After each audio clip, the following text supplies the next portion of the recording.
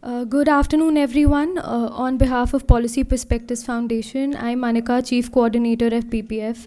Have immense pleasure to welcome you all to session 2 of the PPF Dialogue series on disaster risk reduction, titled Innovations in India's Disaster Risk Financing and Insurance Solutions. For those who were not with us in the inaugural session, allow me to briefly share the intent behind the dialogue series. At PPF, we believe that disaster resilience is no longer a niche policy concern. It is a development imperative. The frequency and intensity of national hazards have multiplied, be it floods, be it cyclones, extreme heat waves, or landslides. Socioeconomic impacts are being felt across every sector. We at PPF have previously undertaken similar initiatives and dialogues across diverse themes and belief that this series on disaster risk reduction comes at a particular important juncture, when the need to build adaptive and financial resilience has never been more critical. The PPF dialogues on DRR are therefore envisioned on continuing platform for cross-sector intervention conversations, bringing together policymakers, practitioners, researchers, and community voices to explore innovative solutions, strengthen institutional capacities, and contribute to India's larger resilience framework. Our inaugural session held on 28th August focused on India's DRR strategy. That discussion set the tone for the series by examining how India's disaster management framework has evolved from a reactive approach to a risk prevention and resilience building paradigm. A few takeaways stood out. The need for mainstreaming DRR into development and infrastructure planning, the importance of capacity building at local levels, and the emerging necessity for financial instruments and innovative risk transfer mechanisms to cushion the economic shocks of disasters. It is this last aspect, the financial dimension of resilience, that forms the core of today's session. Today's dialogue, Innovation in India's Disaster Risk Financing and Insurance Solution, is both timely and critical. Globally, the conversation on DRF has expanded from being about relief and compensation to more risk preparedness, risk transfer, and resilience financing. For India, where economic losses from disasters are estimated in billions each year, it is essential to develop an innovative financial tools that can help governments, businesses, and communities recover faster and rebuild stronger. Mechanisms like parametric insurance, resilient bonds, and catastrophe risk pools are gaining ground internationally. The question, therefore, before us is that how can such innovations be adapted to India's diverse risk profile and governance structure? It is also a matter of great satisfaction for PPF that today's session is being organized jointly with the Council of Energy, Environment and Water, CEEW. CEEW's work on climate risk, adaptation finance, and resilience strategies perfectly complements PPF's broader vision of peace, stability, and sustainable development. So with that, I begin the first segment of today's session, that is disaster risk financing in India. Our key presenter for the segment is Shri Safi Ahsan Rizvi, Advisor NDMA and Executive Director NIDM. Shri Rizvi's current work focuses on policy formulation for disaster risk reduction with an emphasis on mitigation and reconstruction strategies. His previous assignments at the Ministry of Home Affairs involved dealing with complex national security issues, including geostrategy and counter-terrorism financing. At NDMA, he leads the mitigation and reconstruction and resettlement divisions and drives initiatives on disaster risk financing and integration of emerging technologies in DRR. Welcome, sir. The moderator for this session is Shri K.M. Singh, Vice President Policy Perspectives Foundation. A former IPS officer, Shri Singh has served as DG, Director General of CISF and a two-term member of NDMA. He was instrumental in establishing India's first disaster management battalions, supervised relief operations in the Nicobar Islands after the 2004 tsunami, and was the first recipient of the Subhash Chandra Bose Abda Prabandhan Puraskar in 2020 for his contributions to disaster management. Welcome, sir. May I now request Safi sir and Kem sir to kindly come up on the dais. Thank you, sir.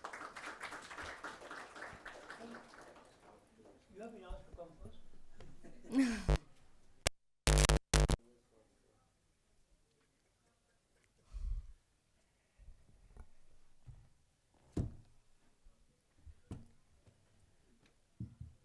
this chair is meant to maintain, not but to otherwise meant to have respectable distance between us. I would now request KM sir to kindly present a planter as a token of appreciation from PPF to Safi sir. I'll come there, speak from there, that will be better. Yes, sir. Can you just present a planter? Oh.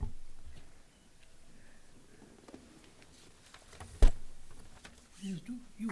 Yes, thank you so much.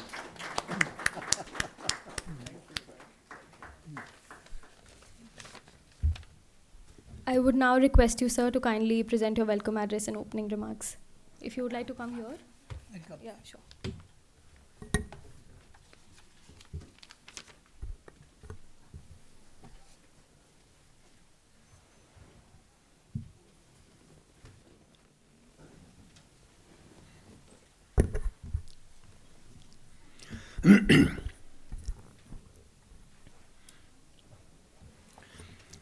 Distinguished delegates, colleagues and friends,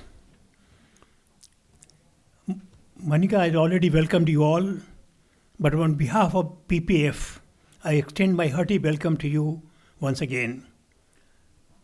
At the outset, I would like to say that, and on behalf of the PPF, that we are privileged to organize this program in association with CEEW, a very reputed think tank on policy making, doing commendable work in the field of sustainable development. We owe gratitude to CEEW for this. The subject for the first session is Disaster Risk Financing in India, Institutions, Innovations and Imperatives. Well, undoubtedly, it is a very important subject, very relevant subject. And first of all, I'll briefly introduce the subject and mention about economic imperatives.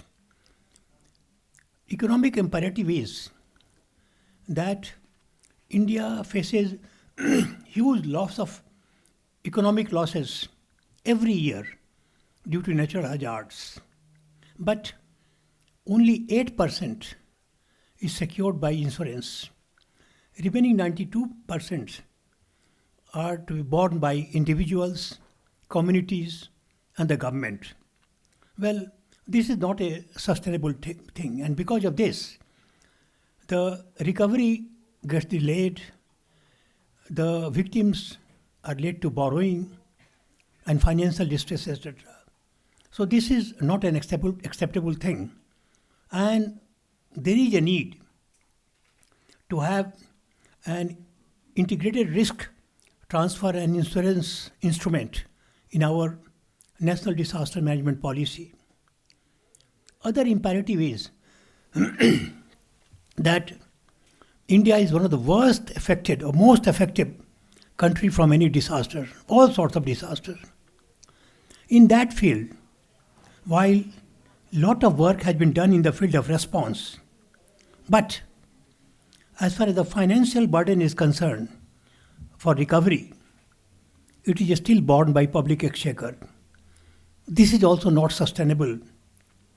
And so we need to move from ex gratia relief and ad hoc system to a more scientific, pre-planned approach that combines risk education, financial protection, and rapid recovery. There is a need to shift from hitherto reactive expenditure-based system to a proactive, comprehensive framework. That much for the imperatives.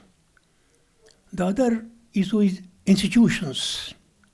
As far as institutions are concerned, well, at the moment in our country, we work through a multi-tiered system of institutions, and these are the government funding, international funding, and NGOs and private sector funding.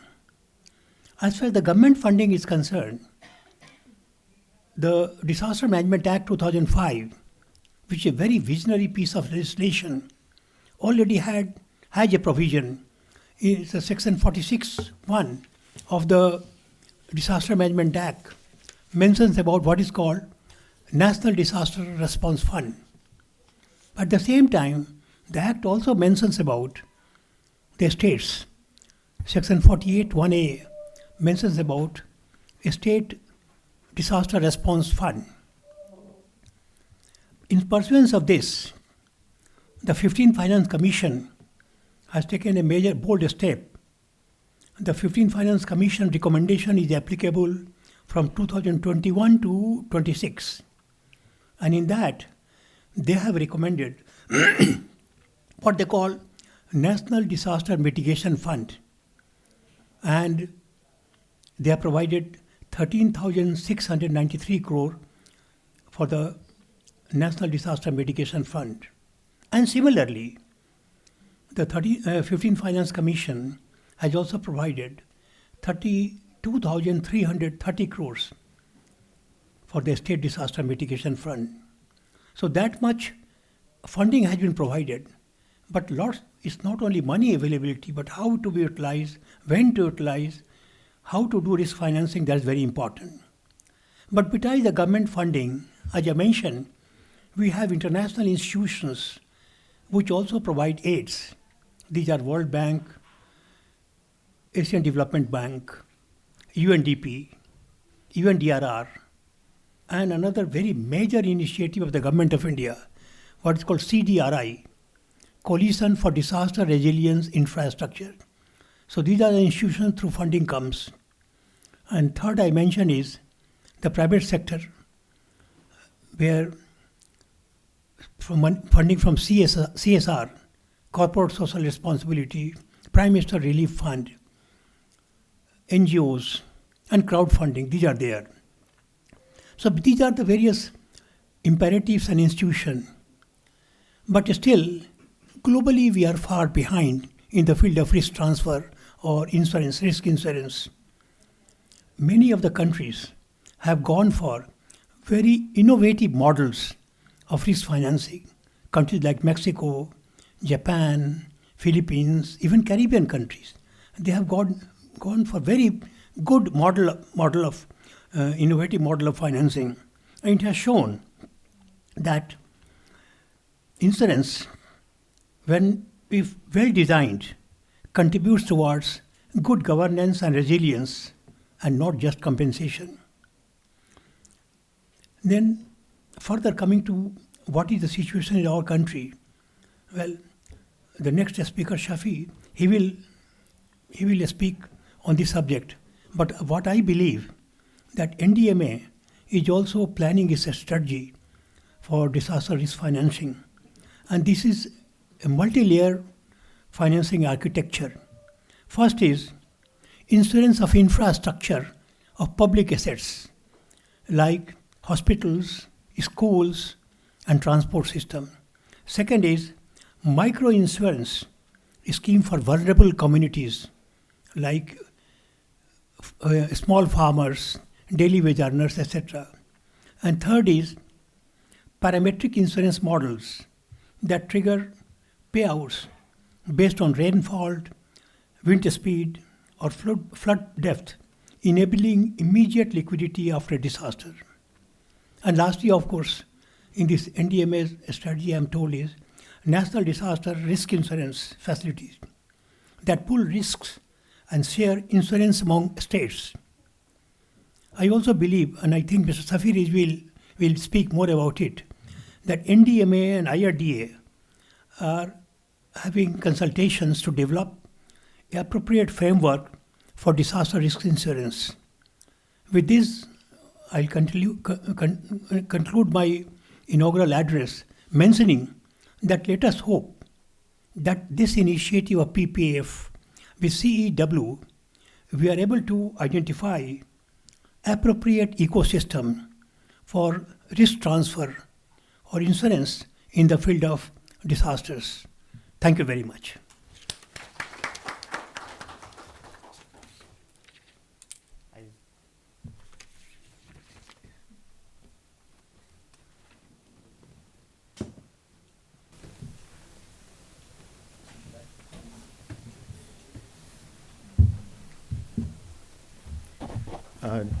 Will there be the presentation over there? So I am very happy that the PPF has started off DRR dialogues.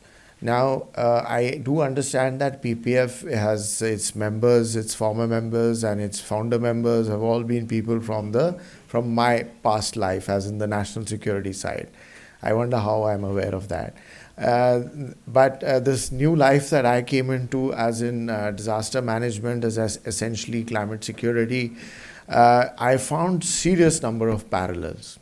So when Mr. Vishwas requested me and Manika requested me that they're getting together for this, so I have a bit of a khurafati dimag. So disaster risk financing was the subject, and I just cut it into two and I made it disaster risk and financing. So I just added an and over there. Now, why I did that is so that I can divide this presentation into two parts, 5 slides each. The first part is disaster risk. Disaster risk is, as I have seen it from my security lens, is becoming quite an issue which we need to look at regularly from the national security point of view. It is not something that is a standalone disaster that anybody, only the NDRF and SDRF and all the disaster NDMA guys can look at, and the DM is in charge, and the police and the intelligence agencies can forget about it.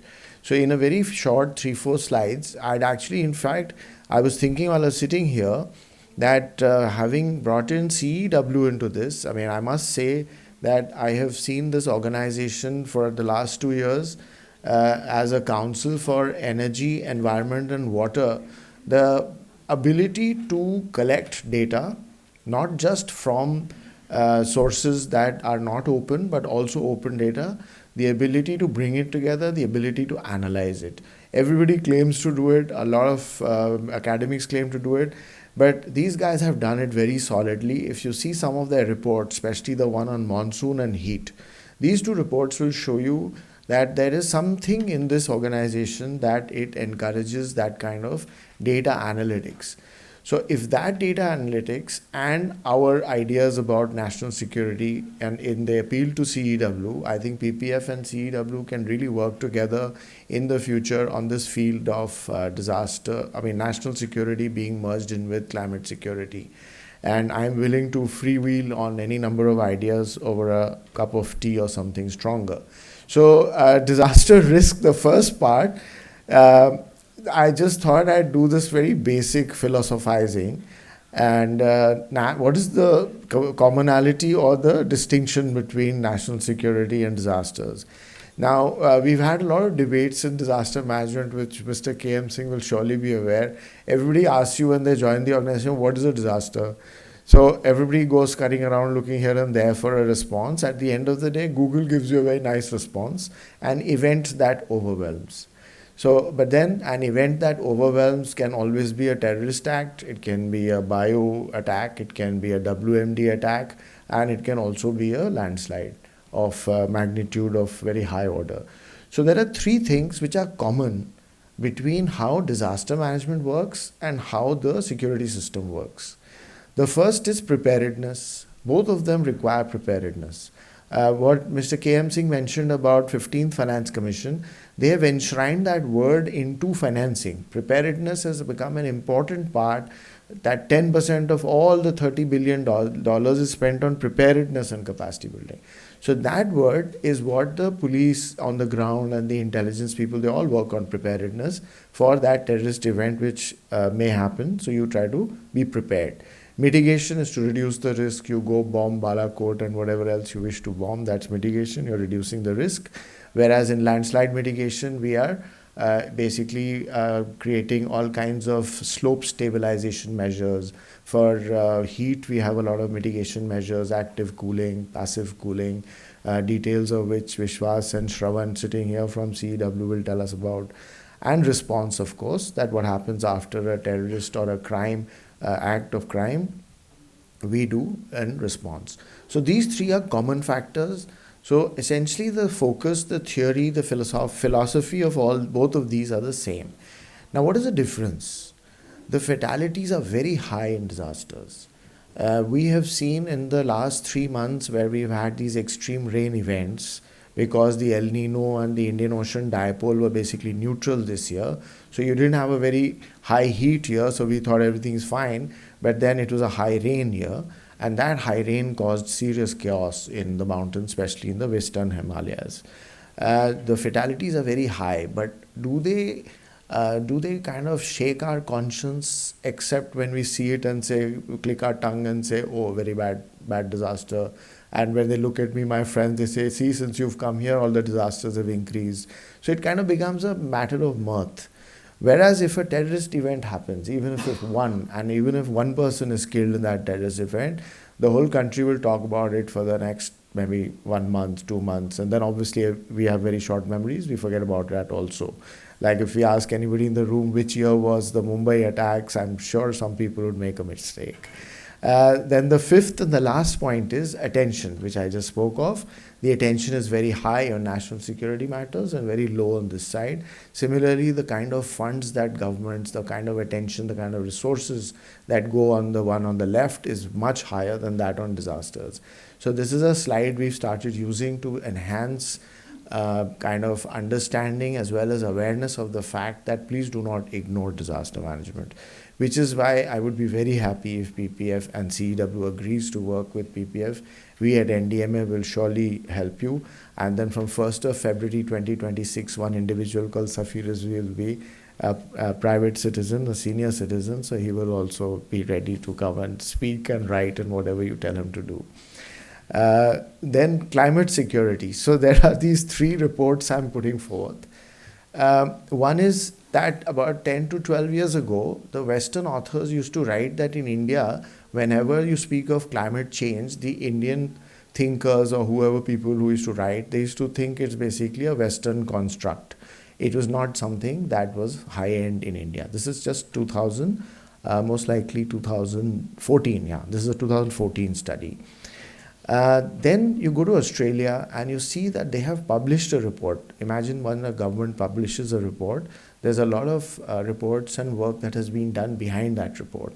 So I'm just giving you one screenshot where they're talking about how average temperatures have increased, mass coral bleaching has become a big problem, precipitation is declining and becoming erratic, a kind of problem that India faces, extreme rainfall events, cyclone frequency has fallen, and more frequent and intense bushfires.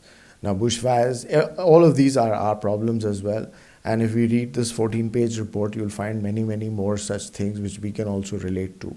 So a nation like Australia was talking of climate security in, I think this is a 2018 report.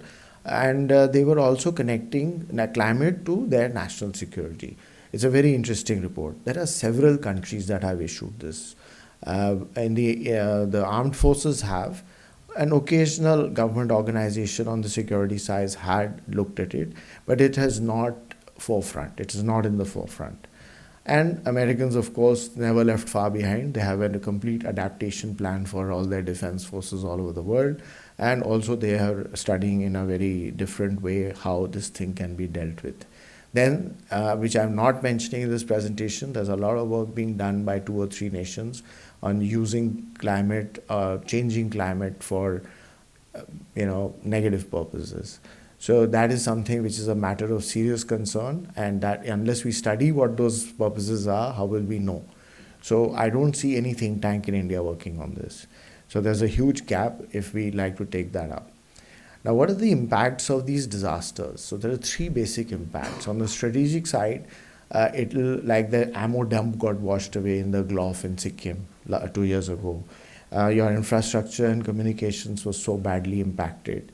Then your population gets displaced, which is a very big issue on internal migration on the civilian side, is that when there are disasters in the far reaches of the country, then you will have this kind of an issue. Then economic security, energy is disrupted, communications are disrupted on the coast, your shorelines are altered, more floods and forest fires, intense precipitation, more drought, changing river flows. Changing river flows are causing a serious issue between India and the very friendly neighboring country on our western border, where our BOPs keep getting washed away. So the BSF keeps coming to you to that, like, our BOPs are getting washed away, please do something about it. By the time you do something about it, that one has also been washed away. So it's all and there's a lot of aggressive stuff happening from the friendly country. What they are doing is that if a river is flowing, meandering like this, if you build a concrete structure at one end, the water hits that end, does not enter that side, and that it hits this side with much more force. So that in itself is a means of kind of causing trouble to the other side. So these are not small things at all. Then futuristic long view, if your temperatures are currently 1.5 degrees above the pre-industrial revolution levels, once it goes to 1.6, 1.7 and 2, what will happen? It can impact your seasons and patrolling patterns. That is one of the most simplest things I can think of. And your electronics, everything is now drones, electronics, radars, avionics. What's going to happen to them at plus 0.5 degrees centigrade more? And when the planes are flying at 48 degrees, and if not 48 degrees, 49 degrees, what difference will it make? Indian infrastructure is very resilient. Our metro train comes out from 20 at 48 in Delhi and still keeps running at the same speed. That's a very seriously resilient infrastructure. Our regular 1 lakh kilometers of train lines run all through Rajasthan, all through summer, and the trains keep running. In Amsterdam, I believe at 32 degrees Celsius, they shut down their metro. Ki garmi bahut ho gayi hai. Metro cannot work, the signaling is down. So we have resilient infrastructure, but can we be more resilient at 49 degrees, at 50 degrees? Is a question that needs to be answered. So what that will do to our forces on the northern border, the western border, and various other areas, what will happen to the ships, we need to really get deep into that. My favorite subject, glacial lakes. So here is a list of 6 glacial lakes. Glacial lake outbursts that happened. 2 in 2000, 1 in 2005, 1 in 2013, which caused the Kedarnath disaster, and 21 and then 23 in Sikkim. These 6 glacial lakes, we all assume that these are due to natural reasons. Now, they are all situated in very, very sensitive areas. Now, are those sensitive areas, can you certify that at 5,500 meters, nothing incorrect or nothing wrong and nothing non-natural had happened over there? You cannot certify that. But unless you start looking, you will never know. In the world of increasing laser weaponry, electromagnetic weaponry, and all kinds of murmurs and stories in the armed forces about how in such a war something like this was done, we need to really wake up to that part of life on how natural disasters can be triggered. This is Sikkim, with its most dangerous lakes, the bigger pink ones. Those bigger pink ones are the biggest ones. So the ones on the left, just see how close they are to our northern border. I mean, it's not even 10 kilometers as the crow flies.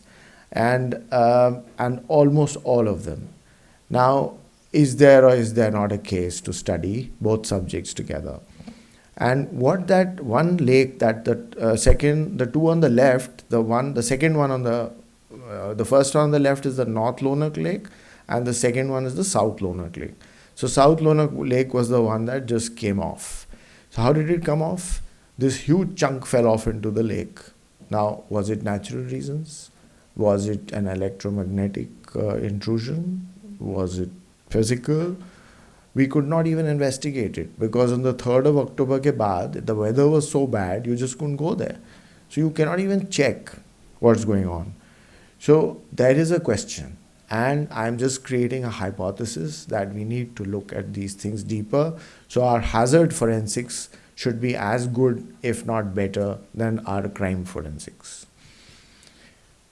That's the end of the part A. Now we come to the actual part which Manika wanted us to speak on the financing part.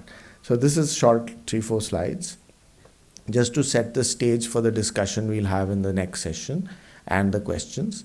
So Article 275 of the Indian Constitution, there's a very nice document on the internet which gives you the original writing. So it's always a pleasure to pull that out. So finance commissions gave money only to the states. So this is the article which says that the central government will devolve money to the states after a finance commission takes a deeper look at it. Hence, unfortunately, the union territories get left out, but we recently had a long, big meeting with the union territories to design a UT fund for response and mitigation. This was the Finance Commission 15th, which Mr. K.M. Singh mentioned in his inaugural address. This was their 5-yearly report. We are now entering into the 16th Finance Commission. And we got great help from CEEW here in helping us design or redesign the disaster risk index. So unknown to Shravan and Vishwas from CEEW, we've added one little mischief point in the DRF calculations, which I shall be talking about very often now, but we'll just show you once we get to that slide. So the Finance Commission is a very interesting story.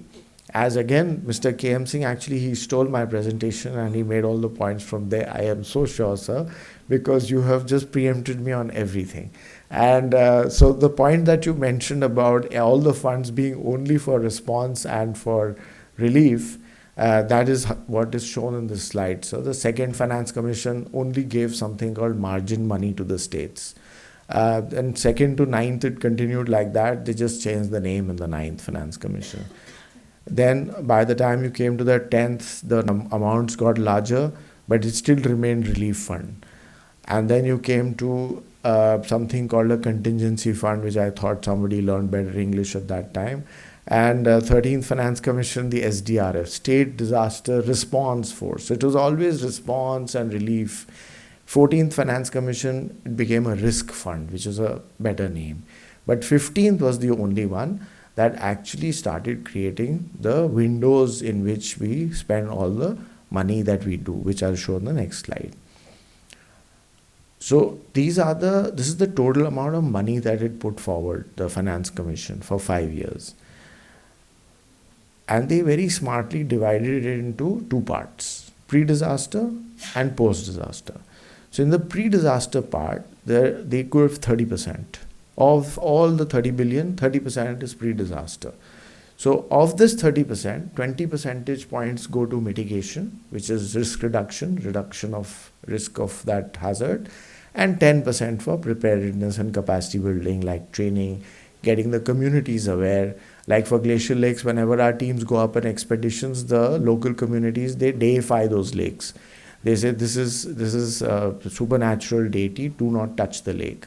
So in one expedition in Sikkim, we had to leave behind one of our members with the village that these guys will go, our guide will go with you. If you touch the lake, then this fellow will stay with us forever. So we had to leave a senior officer of the Sikkim government in the village. He's your ransom, and they went. So community awareness ke liye, this is such a wonderful story that if you do not put funds aside for community awareness and preparing the community, you will get nowhere. Whether it's glacial lakes, whether it's landslides. So we now have, for all our programs, we have given 10% for preparedness, capacity building, which includes community awareness. We have our expert on NDMA, Mr. Srivastava, sitting here. He's our expert on lightning. So I used to think lightning, I mean, like, what do you do with lightning? So he told me that 33% of India's deaths and disasters are due to lightning. 33%. And then he also explained how there is a science to actually early warning for lightning. So I said, okay, thundercloud देखा, cumulonimbus, and आपने बोल दिया. तो he said, sir, ये तो आपने geography में पढ़ा होगा, इसके आगे भी बहुत कुछ है. So then he recently tutored me on the art of lightning mitigation. So there's a lot of science that can be implemented. And where do you need community awareness? The people who work in the field, you keep sending them WhatsApp messages, they haven't carried their phone. You keep sending them SMSs, they haven't carried their phone. So they should know what kind of cloud comes at what time, and what should you do. Like the automatic thought is ki stand under a tree. But that's the only thing you should not do when a lightning strike is expected. So this kind of awareness is one of the most important parts of his lightning mitigation program, which he has designed for several states in India. Then the other part is the post-disaster part. That is 70% of the entire money is given for post-disaster. This 70 has been cut into two parts. 40 for response, which is what earlier this for response was 100%. Now the response is just 40%. And 30% goes for reconstruction, making homes. If some shepherds have lost their livelihood because a path has been blocked by a landslide, so helping them make another path. Essentially focused on assets and things that were in the eminent domain, essentially the common use areas. So this is the whole design of the 15th Finance Commission. So we've been working very hard to try and get the 16th Finance Commission to stick with this design of 10%, 20%, 30%, 40%. And let's hope it does. If it doesn't matter, we'll adjust to the other phase. And we have designed our programs, we've set the SOPs, we've got the guidelines, and all of these 4 windows have states spending the money with proper systems designed with the Ministry of Finance. Earlier, nobody in NDMA or in Home Ministry or in Ministry of Finance knew how to implement the word mitigation and reconstruction. But now, with all these efforts over the last 2-3 years, NDMA has been managed to push those words into government record, government finance ministry. So department expenditure saying yes is a big thing, as many people who have been in government would know. So 50% of the funds ka design is something that we have set. So in the next Finance Commission award, we are on a good path. As regards the monies, the states got 7 out of 10 and the center kept 3 on 10. However, this 3 on 10 also goes to the states to be spent by the states. Why I have given you these details is because disaster risk finance has 2 elements. One is public finance. This is the public finance part. And then there is the insurance part, which is still in its various stages of infancy as regards government, which I am not speaking much about because in the second session, I think they are addressing insurance in more detail. So I will be part of that as well. So there we will discuss that. These are the percentages that go for every window for the state and for the center. Now this 12% I mentioned, we've designed the way these programs have to be done. The reason I got these 4 blocks is just to explain everything in detail, but I guess we don't need to go into that. Now the final thing is that look at the big job that there is for disaster management. So if you have these 4 windows, which is 4 types of activities, one is capacity building, then mitigation, relief, reconstruction, they're completely 4 different things. And amongst the audience here, I can see there are some people I know who work on very different specialized aspect of these 4 activities. So these 4 activities are one dimension. The second dimension is the nature of the hazard. So there will be one person, like I mentioned, Colonel Srivastav, he's on lightning focused. So there's lightning in there, column number 5. So column number 5, mitigation. That's just that one cell, this one man is the expert on. So we have several such individuals who are focused on parts of this 2D matrix. Now this 2D matrix has 10 hazards and 4 activities, which means 40 types of specialists we need. Imagine the enormity of this task. However, look at also the smart guy who thought of this 2D matrix. And then he decided to make it more complex and he made it a 3D matrix. Because people had started understanding the 2D matrix, I thought I must make it more complicated. So I took it to the 3rd dimension. Now in the 3rd dimension, if you have the Himalayas, your hazard of lightning is very different from the hazard of lightning in Kerala. And then the coastal, hinterland and Gangetic plains. So these are 4 different geographies of this country. And we have this, so now we have a 3D matrix in which we have 4 into 40, as in 160 cells to fill with SOPs, specialists, guidelines, and non-profits. Many non-profits work on 4 of these cells, 6 of these cells, but the task is 160. And if we get more ambitious, which we unfortunately have in the NDMA, we have been working directly not with the regions but with the states.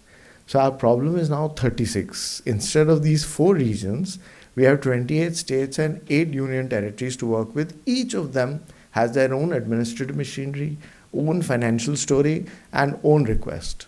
So our whole problem becomes from 160 to 2016 specific cells in this 3D matrix that we need to work on. So the enormity of this task is very obvious over here. And the question arises before the 16th Finance Commission that should we allot funds for each one of these cells? So our answer has been no, because we must leave that independence and autonomy for the state government, and the state government gets that funds. They can decide if they want to take it for this hazard or that hazard. So some very delectable and decent ways have been found by the 15th Finance Commission, which has basically organized this structure like this. So we are very happy if this continues. Finally, the disaster risk index. So earlier it was designed as this, as a function of the hazard, the vulnerability and the exposure. Exposure basically means population density. And if your exposure is, like you're in West Bengal, your exposure is very high. If you're in Ladakh, exposure is low.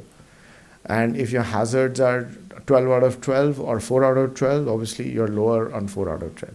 And V is vulnerability. What kind of houses do you have? Have you made things the way they should have been made for natural purposes and all that? That's the regular way of calculating the hazard risk index. We are adding a letter S over here. And this was discussed, and the Union Home Secretary seemed to be quite open to this idea to discuss it further. Because if you look at all the union territories in some of the states, they are in exceedingly strategic areas. So if you look at Ladakh, you look at Arunachal Pradesh, you look at Sikkim, you look at Himachal, you look at Uttarakhand, and you look at Andaman and Nicobar Islands, Lakshadweep Islands, all of them have a certain strategic vulnerability. So if we add this fourth element, then that element of national security starts moving into the entire thinking and the way policy on disaster management is implemented in the country. So that is one systemic change that we are thinking of bringing about. And my former boss, Mr. Haldar, seems to be smiling at me very nicely, where he might just write my ACR again in a nice way, I hope.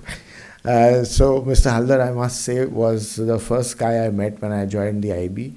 And he took me under his wing, I guess mistakenly. He must have regretted it later on. But I learned so much from him. So all this presentation, Dena and all, he was the one who gave me all the confidence to speak.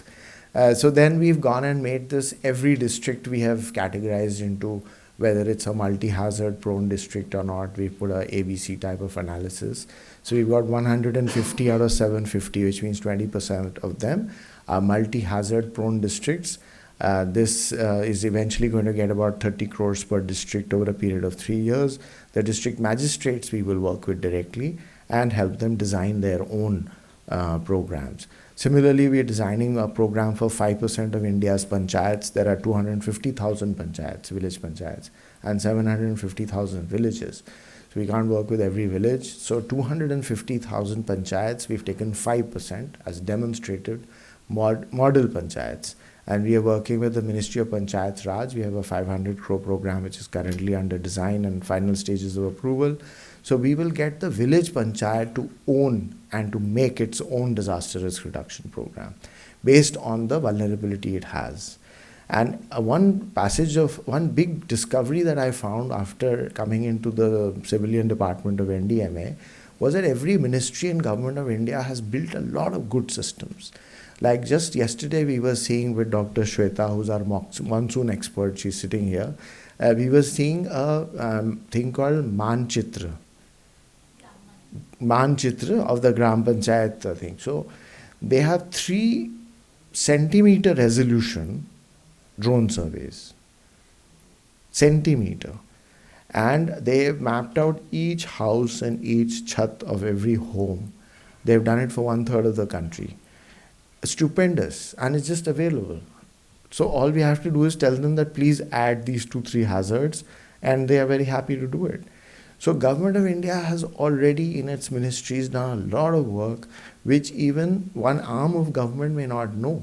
But the more we are talking, the more we are discovering, and the more we are not repeating anybody else's good work. We are obviously conserving resources that way. So this is the whole story, and I can guess to talking questions maybe.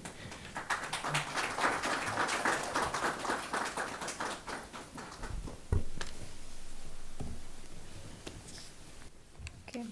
Thank you so much, sir. Thank you, Kim, sir, for steering a very engaging discussion, and for Rizvi, sir, for a very insightful presentation on disaster risk and financing, covered very precisely. So with that, we can move on to the second segment of today's session, jointly anchored by CEEW, titled Unlocking the Potential of Parametric Insurance for India, Opportunities, Gaps, and Scaling Mechanisms. This session explores how parametric insurance models, which triggers payouts based on measurable parameters rather than post-disaster loss assessments, can revolutionize disaster financing in India by making it faster, more transparent, and scalable. Our moderator for this session is Dr. Vishwas Chitale, Fellow Climate Resilience CEEW. Dr. Vishwas is a climate change adaptation expert with over 17 years of experience across South Asia. His work includes developing vulnerability and risk frameworks, leading the National Heat Resilience Program covering 300 cities, and contributing to the national adaptation plans of Nepal, Bhutan, Myanmar, and India. He has authored over 35 knowledge products and several thought-leading articles on adaptation and resilience finance. Our panelists for the discussions are Mr. Safi, Ahsan, Rizvi, and the other panelist is Mr. Mohit Siddareddy, Director, Partnerships, People's Courage International. Mr. Rohit leads PCI's government and industry collaborations to strengthen social security delivery through strategic partnerships. His experience spans impact investment, consulting, and infrastructure. He has worked with Tamil Nadu Infrastructure Fund Management Corporation, founded a construction enterprise executing NHAI projects, and served at KPMG New York. Welcome, Mr. Rohit. With that, I would now request our moderator to kindly present a planter to the panelist.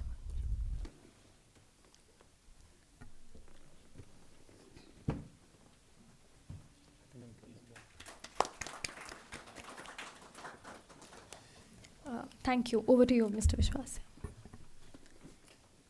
I already have a plan. Yeah. Two is better for the climate. Just get out of the way. Well, it's okay. It's fine.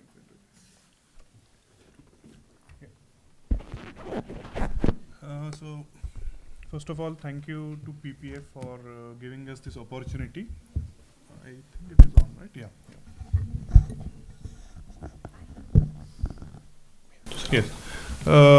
First of all, thank you to PPF for this opportunity. My name is Vishwas. I lead the climate resilience team at the council. And of course, I mean, under the leadership of NDMA, we can all very proudly say that the disaster risk financing landscape in India is changing quite rapidly. And the way NDMA has been able to create the ecosystem of non-government organizations to come together on this common goal of addressing the disaster risk is phenomenal. So really thanks for NDMA for its leadership and showing us the way forward in that case. We have just a brief presentation just to show some of the research that the CEEW team has been doing on this topic of parametric insurance.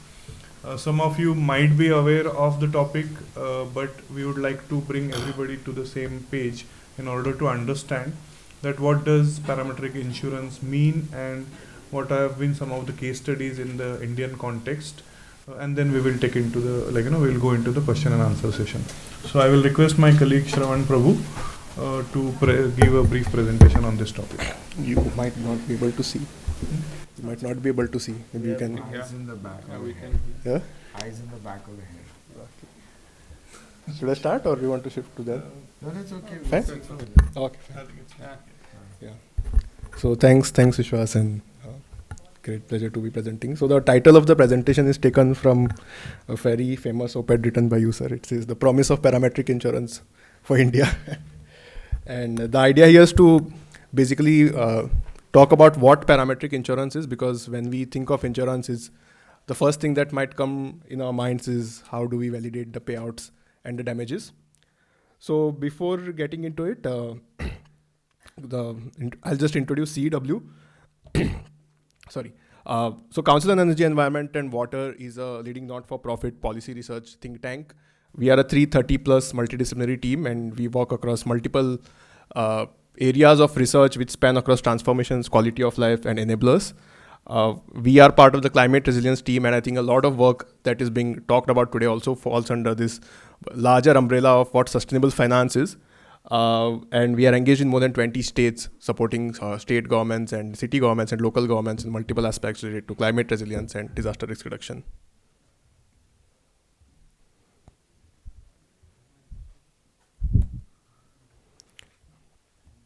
So like KM Singh sir mentioned that only 8% of the losses that are occurring from disasters are actually insured.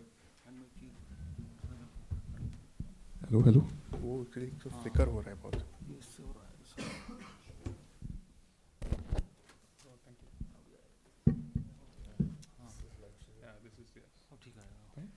Okay, thank you. Yes. So just looking at some of the stats, primarily when we talk about parametric insurance, the major focus largely so far has been on extreme heat and extreme rain. So if you look at some of the statistics, 2024, as we all might have heard, was the warmest year on record as per WMO. More than almost 5 lakh people die every year annually globally due to extreme heat, and 65% of this are said to be from Asia itself. Heat-related mortality for people above 65 years of age has increased by almost 85% in the last 2 decades, and every degree of global warming is projected to cause a 7% increase in extreme daily rainfall. Looking at some of the economic losses, 21% loss in global agriculture production has happened due to heat and drought just in the last couple of decades. Looking forward, India is projected to lose almost as much as 35 million full-time jobs due to the productivity losses which will occur primarily from heat stress and humidity stress. And this is just a part of the larger story and the larger kind of loss and damages that we are going to see from disasters. But most interestingly, even if we see globally, in 2024, USD 320 billion was the estimated losses worldwide. And out of that, 57% were uninsured. And this is a global figure, and this only reduces as we look at the global south, the developing countries, and the low and middle income countries, which is leaving almost $181 billion protection gap. Talking specifically about India, these are some of the findings that we have from our own research on how the patterns have been changing of rainfall and extreme heat. We found that when we looked at last 40 years of data from IMD, we found that almost more than half of the sub-districts or tehsils in India have seen increase in June, July, August, September rainfall in the last decade compared to 3 decades before that. But what's more interesting is that if you look at the map on the right-hand side, you will see that the areas which are blue on the left map and the areas which are blue on the right map are more or less matching. And the increase in rainfall which we are seeing is actually from the extreme rainfall events or heavy rainfall events, in which basically in 24 hours of time or even less than that sometimes, we are getting a lot of rainfall. And that is what leads to flash floods and all the kind of flooding events that we have been seeing this year. And it is not really a well-distributed rainfall that is actually beneficial for multiple sectors. Talking to the other big issue that we are all seeing is the conundrum of extreme heat in India. If you look at the first map, this shows us that the days are getting hotter, which means we are seeing more frequent, very hot days in the last 1 decade during summer. But more interestingly, what we also found was that the frequency of very warm nights as well, in which the frequency of nights which are warmer than what it used to be before, has increased by a much higher magnitude than that of just hotter days, which means that the days are definitely getting more hotter and we are seeing more of such events. But the nights, when we used to kind of have some relief, especially in North India, when the nights weren't so hot, that is not happening. And that is something which is leading to more heat stress conditions and leads to more heat-related illnesses at a much faster pace. And also, if you see the last map, this shows us that across North India, which used to be an entirely arid and dry zone, the relative humidity has significantly increased now in the last 1 decade, going almost up to 8 to 9% more relative humidity on average during summer. And this basically means that we already have hot conditions, the relative humidity is increasing, and when this both combine, this does not allow the main mechanism of our human bodies, which is we sweat. When it's hot, we sweat and the sweat evaporates. When humidity is high, the sweat does not evaporate and it just stays on our skin or falls off our skin, and that leads to heat stress at a much faster condition, and it's very difficult to work in those conditions, especially, and the productivity losses from that are going to be massive, given that this trend is only going to continue. We kind of looked at 35 indicators in total, in addition to the changes in these heat indices, and we found that as many as 57% of Indian districts, which are home to 3/4 of the population, are at high heat risk, high to very high heat risk, and this is based on the same formula which Safi sir presented before, which is hazard into exposure into vulnerability. So when we look at hazard, we looked at all the things that we have seen before, which is increase in hot days, warm night, relative humidity. For exposure, we looked at population density, building density, and then vulnerability is essentially what are the different type of health vulnerabilities you already have. What is the green cover in every district? What is the availability of health center? So all of these indices looking in a composite manner, we found that almost 57% of Indian districts are now high to very high heat risk. So now coming to the solutions part of thing. So how we think of solutions when we especially talk of something like extreme heat, for example, there are three ways in which we can deal with this issue. One is that we enhance our preparedness and response, which means we reschedule some of the working hours. We have say availability of ORS in hospitals. We have heat-ready clinics which are able to deal with management of heat-related illnesses, and these are all like response and relief measures. The second is we basically redesign some of our cities in a way that we are sustainably cooling them, which is like cooling shelters, nature-based solutions, blue and green infrastructure, etc., etc. And the third is we insure against it, which means that I know that it's going to be hot, but I'm still forced to go and work outside. Because when we think very intuitively, if there is an outdoor worker, he or she knows that it is too hot for me to work outside, but I'm still forced to do that because my livelihood is dependent on that. And that is why this whole issue of, or whole solution of parametric insurance becomes very critical, because that helps prevent that livelihood loss, which in turn leads to prevention of health-related outcomes for outdoor workers specifically. So very simply, how parametric insurance is different from our traditional indemnity-based insurances. In the latter part, firstly, a catastrophic event will occur. The insurer will assess the damages. The insurer will submit the claim, and the insured reviews the claim, and then the adjuster will come into the picture who will assess and validate the claim. And then once the claims, the proof is validated, that is when finally the money will be transferred, or the insured sum will be paid out, which is a very lengthy and tedious process.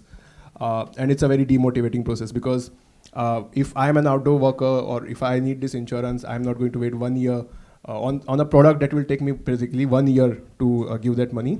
And how parametric insurance primarily works is that the event will occur, the third party will verify the intensity, and the payment in most of the cases is issued as little as in 30 days.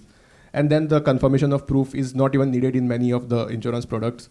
We personally have tried this year some of the insurance products which are there in the market. And those, for us personally, those triggered twice. And we paid a premium of 900 rupees and we got 1,000 rupees for 2 days. So we made a profit of 100 rupees on that. So looking at the three key aspects of insurance, on the traditional insurance, the trigger is the physical damage validated. On the parametric insurance, the payment is triggered by the occurrence of the event. The claims is based on a predefined index. It is not based on the validation or what is the actual damage that has occurred. And of course, parametric insurance, because there is no validation or post-disaster kind of assessment, it is much more faster and the payments are processed at a much faster rate.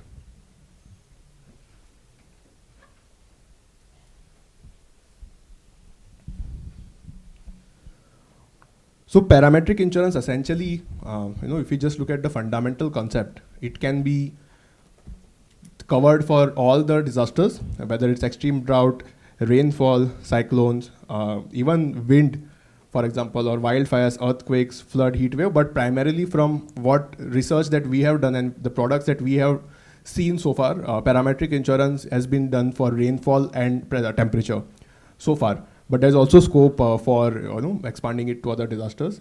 And because this is based purely on validation of the intensity of this disaster or hazard, the data becomes the single most and the most important aspect of when we talk about parametric insurance. And I think a lot of discussions today will also focus on that aspect. Is at the end of the day, the threshold and the data play the most crucial part of parametric insurance and how well it works. So without taking a lot of time on this is just some compilation of global and in India, what are some of the products which are available, which are piloted. This is purely based on our own research of whatever is there in public domain. I'm sure there are many more products, many more private products which might not be in public domain. But this is just to give you an example of how this works and how it looks like in practice. So the first parametric insurance product that we came across was from a private organization called EXA, which piloted this product in Hong Kong. And this was for outdoor workers. And it was designed with a premium of Hong Kong dollars of 19.9 per person. And the trigger was set at 36 degrees Celsius. So whenever a temperature crossed 36 degrees Celsius for 3 consecutive days, the person would either get 100 Hong Kong dollars or an anti-heat wave kit, which is equivalent of that value. So it either gives you the money or it gives you the means through which you can basically build your resilience from a health perspective to that extreme heat event. And this is developed by EXA, which is based on their robust scientific climatic models, which they have developed in-house. The second one that we came across was developed in a country called Malawi, which was focused more on agricultural drought. And it was done in 2024-2025, focusing purely on drought, and it had multiple indicators to it. So the previous one, we saw the threshold was only defined on temperature. But when we talk of something as complex as drought, it also requires calculation of multiple indices, say like standardized precipitation index, which is a mix of temperature, rainfall, and also the soil moisture and evapotranspiration. So this is a very good product which was piloted in Africa. Again, another product done in Indonesia, which was focusing on coffee farmers. And similarly, here the product was for purely based on rainfall. And the interesting part of this product was it was not only extreme rainfall, but also low rainfall. So it had triggers defined both on the higher end of the rainfall and the lower end of the rainfall. So you got payouts even if there is excessive rainfall, say causing floods, which leads to crop damage, as well as drought-like conditions, which is deficit rainfall. And this is very similar to the criteria that IMD uses in India to define the rainfall performance, where if the rainfall drops like 20% below the normal, then it's called a deficient rainfall, and 20% above the normal is excessive rainfall. And this has paid almost about $50,000 US just in the month of December 2024 to the farmers. Talking about some solutions from the developed countries, this is a very interesting product we came across from something called Floodbase in California municipality. And if you look at the plot here, this is something we found on their website. They have basically developed like what we can call a digital twin or a 3D model of that city, which tells in real time how much area of and which area of that city is kind of flooded. And based on that, there are multiple trigger points which lead to certain payouts. This is how more sophisticated modeling can also be integrated into this type of products rather than just focusing on meteorological parameters like temperature, rainfall. Talking about some of the products from India now, we have been able to identify around 7 such products whose information was there in public access. Many of them, and I think almost all of them, focused more on heat stress, except one which was piloted in Nagaland, which was for extreme rainfall. And this also tells us which are the disasters which primarily impact India at scale. Yeah, I think this is one of the most famous products which was developed in Nagaland, and this was purchased by the State Disaster Management Authority. The scheme triggered a payout when the monsoon rainfall crossed 1,500 mm. And this was multi-tier setup. So it was like, for example, 300 mm on one day or 1,500 mm in 5 days, so on and so forth. So there are multiple threshold triggers point for that. And the idea was that the payment which was triggered and which was kind of paid out could cover almost 10% of the actual loss and damage that would likely to be incurred. So even with this, we are not, still at that stage where we are not able to reach that high. And so far the payments worth almost more than 1 crores have been made to the residents. But I'm guessing this will be more than that. This is the information that we found in public domain. I remember there was also a dialogue which was organized by NDMA some time back, where the Nagaland SDMA had spoken about this product and the difficulties they had to go through in the first 2 years, primarily due to using a data which was not really capturing the actual rainfall which was occurring. And then when they switched to the IMD data, which was more hyperlocal, more calibrated, more bias corrected, the payouts were triggered at a much better rate. Another product which was done in India by CEEW, which is the Self-Employed Women's Association. And this primarily looked at women workers across the informal sectors, and the cash assistance was given to them of $5 US. So, and now what I understand based on our discussions with them is now this has also become like a multi-tier, which means say if the temperature is 38 degrees for 3 days, you get a certain sum. If the temperature is above 40, then you get much larger sum. And this was done by CEEW in collaboration with Swiss Re, ICCI Lombard, and Climate Resilience for All. And this is one of the most successful models that we have seen in India, which has been able to reach as many as more than 50,000 women workers. Another product which was developed by an organization called Mahila Housing Trust, similarly in Gujarat, in Ahmedabad, Surat, and Vadodara. And the whole idea is pretty similar, looking at informal women workers based on temperature triggers. One very interesting product that we found, which was done by Kerala Cooperative Milk Marketing Federation, was heat index based cattle insurance. So here the idea was that heat stress was leading to a decrease in productivity and milk production from the livestock sector. Again, using the same fundamentals of temperature based thresholds, and they were able to set this threshold that if the maximum temperature from IMD for 30 days within the mix risk period would be monitored, and then certain payouts were associated with those. This was another product, Digit Parametric Insurance, and we have Rohit who has worked on this, and I'm sure Rohit will talk more about it in detail. But from what the information we have got is that this also looks at heat and air pollution, and it also covers a very crucial aspect of health bills like hospital bills. So even if the temperature threshold does not meet what is been defined, even if you are getting some heat-related illness, still the health bills would be covered by the product, and allowance of almost up to 5,000 for that. So I think this is a very crucial part of this. Yeah, and then there are multiple new products which have just come this year. So I was talking about the one that we purchased. It was this Bajaj Allianz general insurance product that we got. And what we did was we looked at Delhi, and the threshold was set of 37 mm rainfall for 1 day, which was triggered twice in 1 month, and we were able to get basically 500 rupees payout for that. And the larger area you take, the more premium of course you pay and the more payout that you get. Yeah.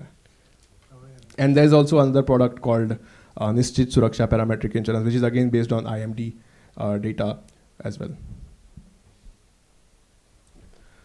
So after this now, I think the discussions will also focus more on this topic. But at the end of the day, the biggest issue that comes with parametric insurance product is something called as basis risk, which is the potential discrepancy between the compensation which is provided by the insurance and the actual loss suffered by the person who has taken the insurance, right? There are two types. The positive basis risk is when the parametric insurance is activated, but the payout is greater than the actual loss incurred, which is a negative thing for the insurance companies. And this is not, at the end of the day, insurance is, of course, there is also an aspect of profit involved.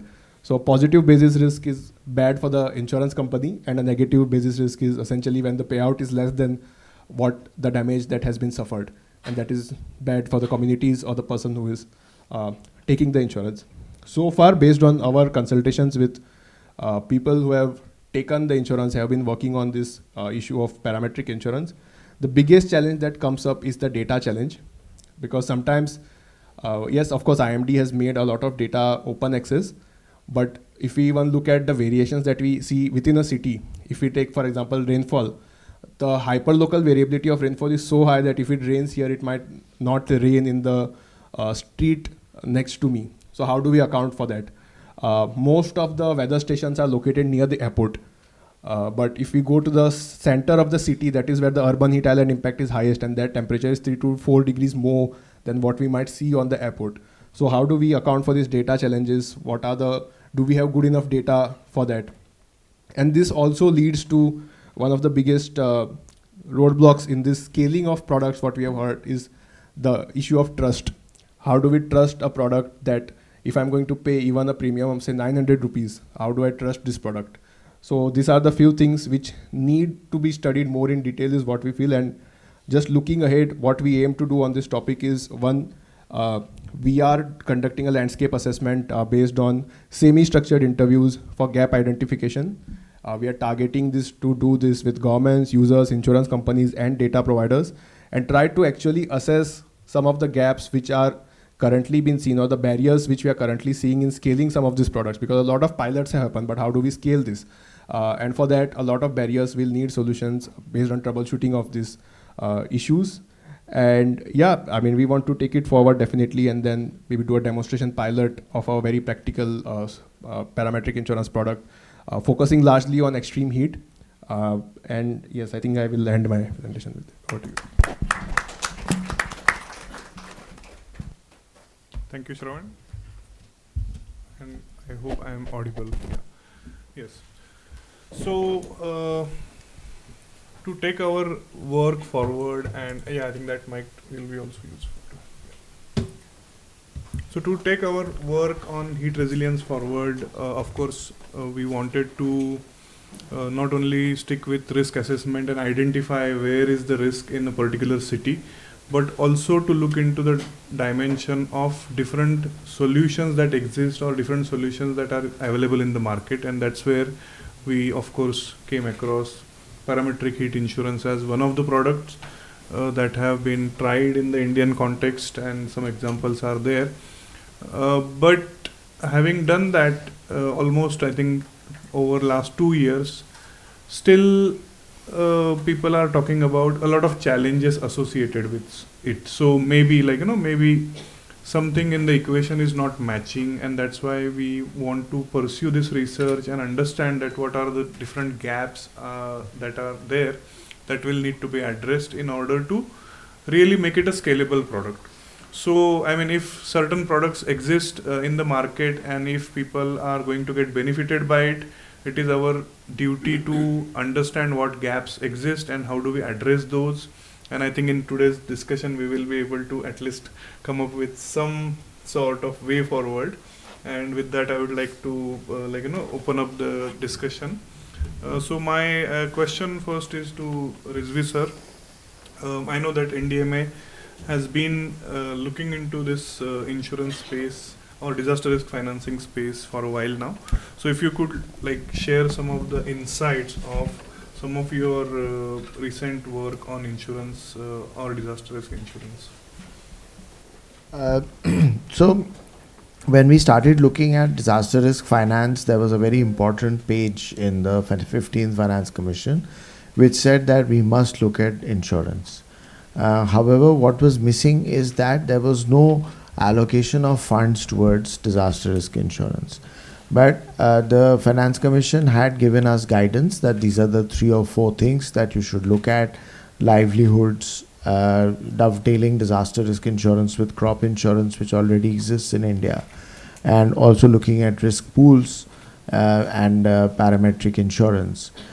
So we eventually came to the fact, we looked at everything, we did a needs analysis, and we found that crop insurance is a very well developed product. It has lots of issues. The insurance company complains, at times the Ministry of Agriculture complains, but it is operated by the Ministry of Agriculture. There is a regular funding budget stream for it. There are budget heads for it. It is all very old, and it has been going on for several years, and several various ways and means of doing it. They have also implemented parametric insurance in the crop insurance scheme. It's called by a tongue twister name called RWBCCIS or CBCIS or something like that. But it's a tongue twister. That's the only way I can remember it. So this parametric insurance has already been tried by the government of India, by Ministry of Agriculture. Now comes the role of, like, NDMA works within the operational control of the Ministry of Home Affairs. Our budget, all this Finance Commission budget essentially goes to the Ministry of Home Affairs. So to get Government of India to put funds for another insurance program for disaster, in addition to what is going out as crop, is a difficult decision. Crop insurance has a lot of subsidy element involved in it. Central government and state governments have to give a large segment of that premium is paid by the central and the state governments. A very small amount, at times 1.5%, 2.5%, is paid by the farmer himself. One of the basic rules of insurance is risk sharing. Everybody understands that from me, the company is taking away the risk and I'm giving him a little bit of payment for that. However, the second basic rule, which exists but is not really spoken about, is premium sharing. Now here, the kind of subtle demand that comes forth to government is that you pay the premium for the millions of people in this country for disaster risk insurance. Sounds very logical also, because in India, for everything we look at government. Government should do, government should do. But at the end of the day, if a private company, India has 93 insurance companies, 4 or 5 of them are public sector and 88, 89, am I right? Close to. Yeah, close to. I wouldn't know, I'm not from the insurance sector. Oh, you're not. So then I can use any number I feel like. These insurance companies, they need to make profit, as Shravan had mentioned. So if they have to make profit, if the government of India pays 100 crores a year as premium for a risk finance product, they will pay out in that year maybe 70 crores, 80 crores, 70 crores, because if they pay out 100 plus, then they are at a loss and they will shut down, if not the next year, the year after that. Hence, a profit motive, whenever the private model is there, has to be featured in. Now, how long will Government of India keep giving out premium and getting less payout, inviting the question that you are just subsidizing an insurance company? Why don't you just transfer the money straight away to the farmers or whoever you want to insure? So going into that subsidy zone again for Government of India, I really do think is not a good idea. So risk sharing, the risk sharing is already done. Premium also must be shared. If Government of India today pays out 100 crores for any product, and that 100 crores comes out from our budget, then it will become a problem. Whereas if that 100 crores is selected from each individual who is being insured, it will be a very minutesimal part of that person's personal budget, even if he is a farm labor. So if he earns, say, 2,000 or 5,000 rupees a month, to pay 10 rupees a month or 100 rupees a year may not be very steep for him. So that part, if we are able to weave into our policy work, is what we are trying. We work closely with Nagaland. They've at least started this parametric product going. 2 years they've done, 3rd year they've got a payout. Shravan mentioned they've got a 1 crore payout, but you did not mention that the premium that they earned was 2 crores. So at the end of the day, the state is still losing 1 crore. So the logic is that the premium the state pays should be collected from the people who are being insured. They won't mind it. It's like life insurance. I mean, you're getting 1.5, whatever amount X you're getting. Suppose, God forbid, there is an issue that happens in the second year, third year of your policy, your family will get about 30, 40, 50 times the amount that you paid as premium. So that is the way it's going to work. So there is a mid path in this. So government doesn't come in, the private sector says there's no demand. The 8% penetration of insurance on life for property is only 1%. So if it's 1% and there is no market, why should the private sector come and do anything? So they are expecting the government to do something. So here there is a demand for a big product, but there is no supply. Normally either there's excess supply or excess demand. Here there is no supply, no demand. But there is real need for disaster risk insurance, especially in the upper reaches where extreme rain and all these deglaciation and all this can cause serious issues. So how do we incubate that? So there is a possible way to bring the two together. One is tapering.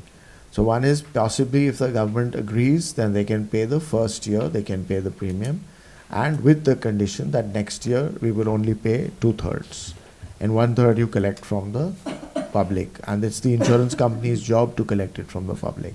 Next year we'll take it down to 1/3, and third year we are out. It's up to you we've helped you incubate the market, now we are gone. Possibly this is a solution. However, in government, we've had deep discussions with the Ministry of Finance and Department of Expenditure, Department of Financial Services. They're all agreed it's a good idea to push, but where will the funding come from is the main question. So the second and the third thing we look at in the NDMA is the risk pool that is putting a lot of money together. So in the case that a big event happens, and the third is things called CAT bonds, catastrophe bonds. That is a higher order product, but that will come only after we get to risk pools. So that in a nutshell is the story that we have at government level. Sure, thank you, sir. Thank you for sharing those insights. So, Rohit, I would like to, also ask you that PCI has been doing excellent work in this space, and we looked at one of the products. But if you would like to share some detailed insights of what has been your experience, and also we know the challenges like in terms of say data, or when it comes to defining the particular threshold when it comes to heat or even rainfall. What has been your practical learning from these kind of products? Sure, thank you, Vishwas. I just want to start off with some context. So PCI is a non-profit, a large implementation organization. So it supports a program called Migrants Resilience Collaborative. Essentially, we work with millions of informal migrant workers. In terms of geographical presence, we're there in 12 states and over 90 districts in India. We've roughly covered over 8 million households so far. So over the last 3 years post-COVID, we have a lot of legacy working with informal and migrant workers. For those of you that do not know, that form the big base of India's workers. I would say 200 million informal workers exist in India. And we run a very large social protection program, essentially publicly funded social security benefits. We provide that last mile access to millions of households. Over the journey of interacting with different informal workers, be it farm workers, be it construction workers, be it any outdoor informal workers in any urban environment, we understood that climate risks are affecting them extremely and disproportionately. Last year, for the first time, we wanted to think about a scalable solution and a market-based solution, and we arrived at parametric insurance. We've done 2 products so far. Of course, only one of them was there in the slides because that got a payout, and then the first one did not get a payout, so there was no mass publication of the non-payout. So we're all in Delhi, so we know that over the winter months, we have an AQI problem. A big constituency of workers that we work with are construction workers. We also work with industry as well. So essentially all real estate developers that you think of in India, we work in their construction sites and for their construction workers in their construction sites. When there are AQI, so if the AQI breaches 400 as a parameter, now AQI was not mentioned in the climate stressors that were there in multiple of the slides. What happens is the authorities ban construction activity. So tens of thousands of construction workers in the NCR region lose livelihood, and industry, the way that industry sees it, is a force majeure event.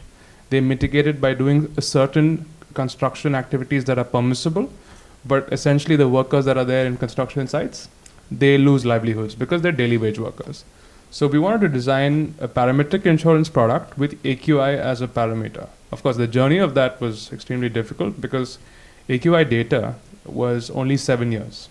If you go to an insurer and ask them to underwrite an insurance, they typically expect 2 to 3 decades of data. The more rich the data, it's easier for them to underwrite and to predict or to cause for a trigger event. Of course, we did that first iteration of the product with Go Digit Insurance. The challenge on the ground was they were losing livelihoods. So we were to protect the livelihood. So our journey was very simple. We wanted to understand the frequency of bans, the livelihood loss, how it's affecting the construction workers on the ground, and we came up with the payout, right? So let's assume that payout is 1,000 rupees, just as an example.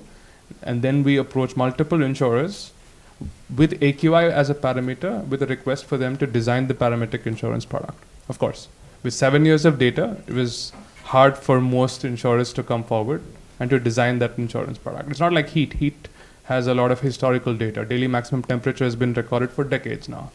But we did it with a Go Digit. We did over 6,000 construction workers in NCR. And of course, like I said, there was no payout. Insurance companies are very good at, of course, while you were showing all of the examples, I was only looking at the fine print.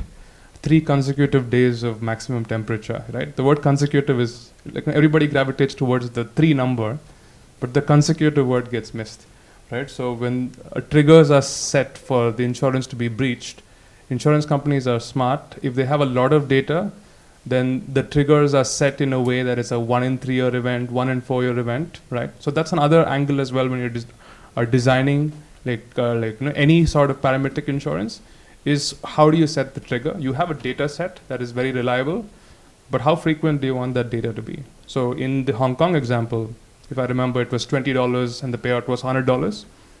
The back of the envelope calculation, that's a 1 in 4 year trigger event, right? So that means there's a high likelihood that the first year there won't be a payout. So trust was a challenge, right? So it's a big challenge when there is no payout. When you're paying for premiums and then there is no payout, it is a challenge. In Sir's example, where the premium was 2 crores and the payout was 1 crore, we all celebrate the payout, but nobody talks about the premium. We did the second iteration of the product with heat stress over the summer months in Delhi, and we also chose Lucknow as a geography. This time we had different temperature parameters, daily maximum temperatures. We had multiple insurers this time because it was a very rich data set. Interesting to see Bajaj's example, because Bajaj was one of the insurers that quoted for our product. And of course, they went B2C after that, which is which is why you were able to subscribe for that product. Second time we went with Go Digit Insurance. This time we knew that heat stress, we also analyzed what is the risk that that the worker on the ground actually suffers. There were 2 things. While there was no blanket bans, the heat action plans in all cities say that construction activity you start in the wee hours in the morning and then you continue in the evening. And then the hot hours of the day, you don't do the construction activity. So there was no construction bans per se. There was no actual blanket livelihood loss. But at an individual level, the construction worker was falling sick. There was absenteeism. There was productivity loss, right? So it was a culmination of 2 things. One was a productivity loss, which is like an income shock, and also health shocks as well because of excessive heat. We also understood that no 2 people experienced heat in the same way. Multiple parameters, age, sex, hydration, the type of work that you're doing at a construction site, how physically challenging that work is. So we also designed a hospital cash assistance as well. So regardless of the temperature breach, over the period where the insurance cover was live, if the construction worker or the beneficiary undergoes any hospitalization, they were able to get some cash assistance, and we facilitated that instance of claim. The parametric insurance product it's an automatic payout. So where we onboard the workers, we take their bank accounts, and I saw 30 days. It doesn't take as much as 30 days. It can happen in 48 hours, which is really impactful for migrant workers. I mean, nobody wants to wait 30 days. So it can happen, and of course there are, like bank holidays and stuff like that need to be taken into account, but the payout can happen in as less as 48 hours. So we did 2 products essentially. A biggest challenge for us was who pays the premium, right? As Sir mentioned, there is a need, there was no supply, and there was no demand, right? So in that sort, it's a very unique environment. You need catalytic capital, you need philanthropy, you need the tapering effect, like you need governments to come in, and private sector as well. I heard CSR as an activity. So one thing I wanted to say is, private sector really cares about productivity of their workers. Like, one example that I'll give is, if you see a Zomato delivery person and you see a raincoat, right? That's a part of business cost. That's not CSR expense. And you know why they do that? They do that to protect the productivity of their delivery partner, right? So in that equation where private sector wants to protect the productivity of their workers, we see a scenario where private sector can also contribute small amounts of the premium as well, right? Where there's multiple people subscribing for the premiums. We also saw that. So we chose construction as a sector intentionally because it's a high margin sector. Construction workers are the life for a construction project. And also on the government side, we do not want to burden the exchequer with more premium asks. So if those of you that do not know, all states have a building and other construction workers board. Essentially, the funds for that board does not come from the government exchequer. It comes from private sector projects. If you heard of labor welfare fund collection, so if you do any public sector projects or if you do private sector projects, 1% of the project cost gets contributed into that fund. So I think in India there are about 40,000 crores of funds that are available that does not come from the exchequer. So we saw 2 pathways. We saw industry that has a need to ensure productivity of workers. We saw a problem on the ground, and we also saw that on the public side, there were these boards that did have money. It was sustainable money. It was not dependent on the exchequer as well. So we were intentional in choosing that constituency, and we did two avatars of the parametric insurance product. Sure, thanks Rohit for sharing those details. So I know that we have roughly 15 more minutes, and I have one question to each of you, but maybe before that, if there are any specific questions from the audience, we can still take that opportunity for a couple of minutes and then come back to you with one more round of questions. Yeah, I'm just add this thing. Sure. I think either. I'm just supporting this, entire conversation in a way. One side, the government is saying that some restrictions, some sort of hurdles, some sort of barriers are there. Whatever the language you can use, Department of Finance and other areas, and another perspective is that the initiative which we are looking at, and simultaneously what we are facing. The most critical part of the underutilization of the CSR fund in India. It's a unique law. I have been in process of that. So, this is one part. Second part is, if you look at constituency. In the constituency, just imagine the bigger cities and the cities like AB is a sort of cities. How many are the private schools that emerge? Apart from the coaching centers joke apart. The role of the money by private schools, and if you go to Knowledge Park in Noida and some part of the Gurgaon, Sonipat even, the private institutions, I'm not talking about the larger canvas. So these, they do take care. If you have the window to tell them, there are problems. There are certain issues which, climate issues and climate, it is not that they are not affecting. And for the labor part, and Seva example was there and all. We have, how many people are covered by the insurance? In this hall, I believe some of, might be 50%, or maybe in this hall only. If you go to the, very solvent society, everybody is not covered, and everybody's product are not covered, like car and all. They sometimes they do miss insurances. What I'm telling, that matching the grant, that public-private partnership, that initiative, which is government anchoring in several areas, it is not happen in CSR. Particularly in climate issues, it is nobody's fund. CSR is what fund? You are a company, you profit, 2% of that PAT is being parked in CSR. And you are utilizing for various other purposes, like there are very, very nasty examples that I am not going to, but there are some productive use that can be flagged. That is my concern, and that can be, innovatively that can be crafted. Thank you. Sure, thank you. I think there was a question, after.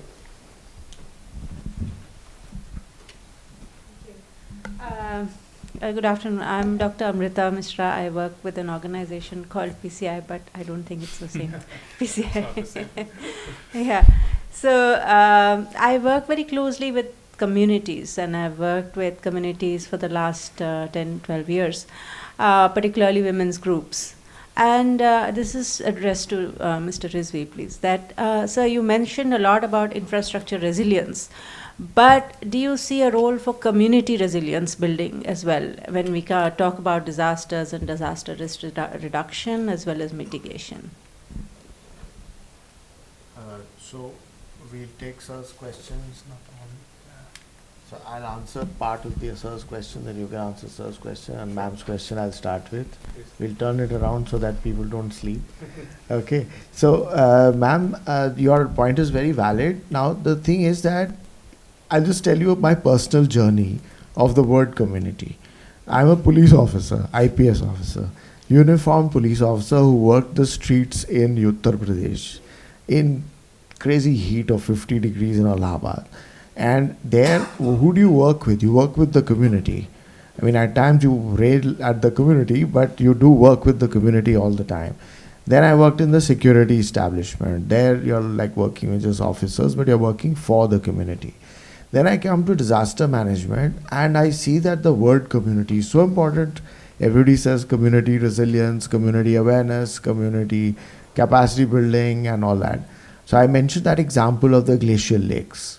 So that is community awareness, which, and I told you that in all our programs, we are now segregating 10% for community, expense on community awareness, community capacity building, community resilience, everything is on that. However, the 90%, like we have Dr. Ranu Chauhan sitting there at the back from NDMA, so she's working on an earthquake resilience program. India has never designed such a program. In that, community resilience is the fulcrum of that whole program. Like if you make a building starting tomorrow, we have to basically tell you that you do not scrounge on lesser steel and lesser cement. Please take the cement and steel that is recommended by your architect or your builder. So what happens is that people design it based on what cement and steel should be done. Then you say, oh, ye to 7 lakhs ka ghar ban raha hai. I have only 5 lakhs.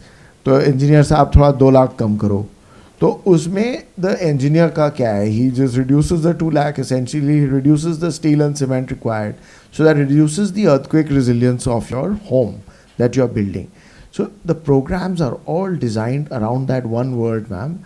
And if we ever get time, if you could come to NDMA sometime, some of our scientists are here, maybe over the next cup of tea, they will tell you that everything, whether it's glacial lake mitigation, landslide mitigation, earthquake mitigation, lightning mitigation, all of them are designed around the community. And just to take care of the fact that at times people miss the main thing, so we put the word community also in all our programs. So it's all there, ma'am. So to answer your question, we have done a lot of work on that. In fact, on LinkedIn yesterday, I had managed to get one article published in the Hindu day before yesterday after a lot of begging and pleading. You have to beg and plead a lot, these editors. So they published that article, and I did not mention the word community in that whole article. So one gentleman on LinkedIn said, "Where is the word community?" So, I mean, I hope it wasn't you, ma'am. So I responded. So we do worry about that, ma'am. It is a very important point. And as regards Sir's point on CSR, so sir, around 2 years ago, CSR mentioned it has 12 in its list. And sir would be aware that the 12th point is disaster management. So then we got together with all our friends from the non-profit and for-profit sector. We called about 15 or 16 of our insurance companies, these reinsurers and all that, and we had a massive brainstorming session. So we created a thing called CODRR, CODRR, Committee on Disaster Risk Reduction. So we have one for disaster finance, one for disaster insurance, one for earthquakes, one for glacial lakes, like that. So this CODRR, we called that meeting, and there we learned this question that the companies have a problem. Their problem is that, yes, I spend on disaster management, but I have a massive audit to face. And the audit guy says, what disaster management? How is teaching somebody disaster management? But that is capacity building. So the point is that that word has to be explained properly. So then we tried to explain to the MCA, and then we succeeded. Suddenly one day they changed disaster management to response, relief and reconstruction. But they forgot the word mitigation and capacity building. So it's all a matter in progress. We are getting there, and we've spoken to a lot of for-profit companies. They are also very interested in putting money. We've explained to them that there are two big vacuums in capacity building or disaster management. One is that you're only focusing on capacity building. Please do mitigation, please do reconstruction, please do the other nuanced activities. Second, they don't work in the Himalayas, just because most of them are around Bangalore, around Chennai, around Kolkata. Hills mein bahut kam log jate hain. So we're trying to push them towards the hills, so that if you work in the hills and you work beyond capacity building and you use your 2% CSR, it will benefit the community so much more. I don't have too much to add. I'll start backwards with Sir's point. I mean, I agree. I mean, generally, we're a non-profit, so we try to mobilize a lot of resources with CSR pools, and generally we feel like CSR and the thinking with CSR with private sector essentially is very short-sighted. So they like doing CSR expenses for immediate impact, right? So livelihood programs, they don't like doing anything that for ecosystem benefits or systems change work. They don't have the appetite for longer gestation period projects, which is a shame. They should have a longer horizon in the way that they think when it comes to CSR.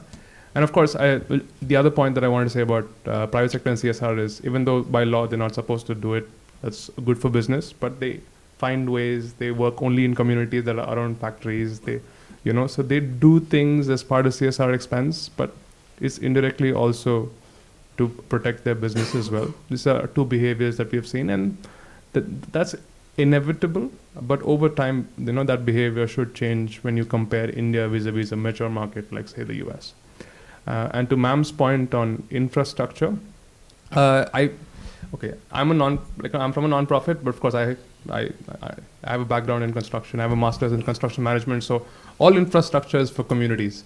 So if it's on the risk reduction side, like for example, if you're building a breakwater, right, along the coast, in case there's a flood, there is a tsunami that's coming in, it really protects the communities along the way.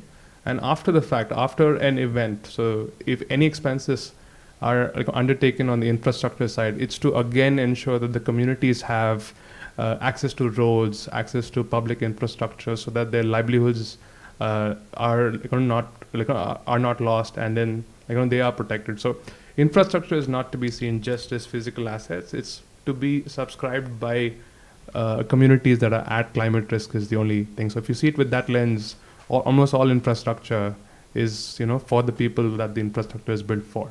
So that's the only thing I have to say. Yeah, sure. So we brought some of our NDMA people here. So there was one question that bothered us. that what is the actual situation on the ground. Like you mentioned, you worked on heat with the areas in Delhi. There are the IIC, Indian Statistical Institute, the Indian Institute of Economic Growth, they've been working with slum areas, 400 sample over 2 years. So they're doing very good research and to check how much is the impact on their income and on their health.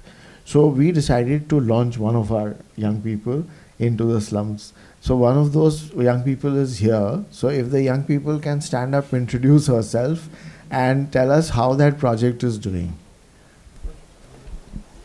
Hello, hi, my name is Shivani. I'm a consultant on gender, and I also had a question. So I've been conducting surveys in slums, and one of the things that I noticed was in informal settlements, what about the housewives? How do you quantify their losses? How do you ensure that parametric insurance models are inclusive enough? So don't stop there. Tell us, what did you find in your research of the currently she's one of those honest workers. If I had been given a survey in 3 days, I would have done 300 slum dwellers. She has done 54 in 2 weeks, which means she's actually going and interviewing the people. So can you tell us 1 or 2 more derivatives of your research? Yes, so the minimum amount in terms of medical expenses, it's between 500 to 1500 rupees, but that increases depending upon the family size. A lot of these families are joint families, so each family would have about 10 to even 18 people. And not everyone is a working person there.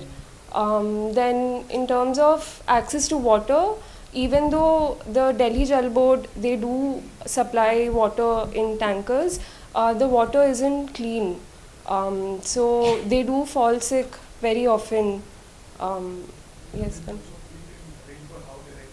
In terms of heat, the roofing material is made of tin, asbestos, plastic even, tarpaulin, and the temperatures indoors is way higher than what you would experience in a room like this.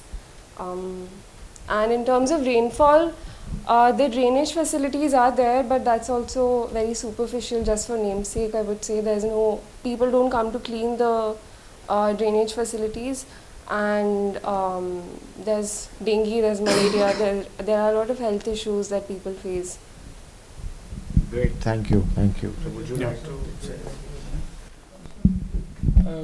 No, you raised a very interesting question on gender. So I just want to call on SEWA's example. So all of SEWA's beneficiaries are women.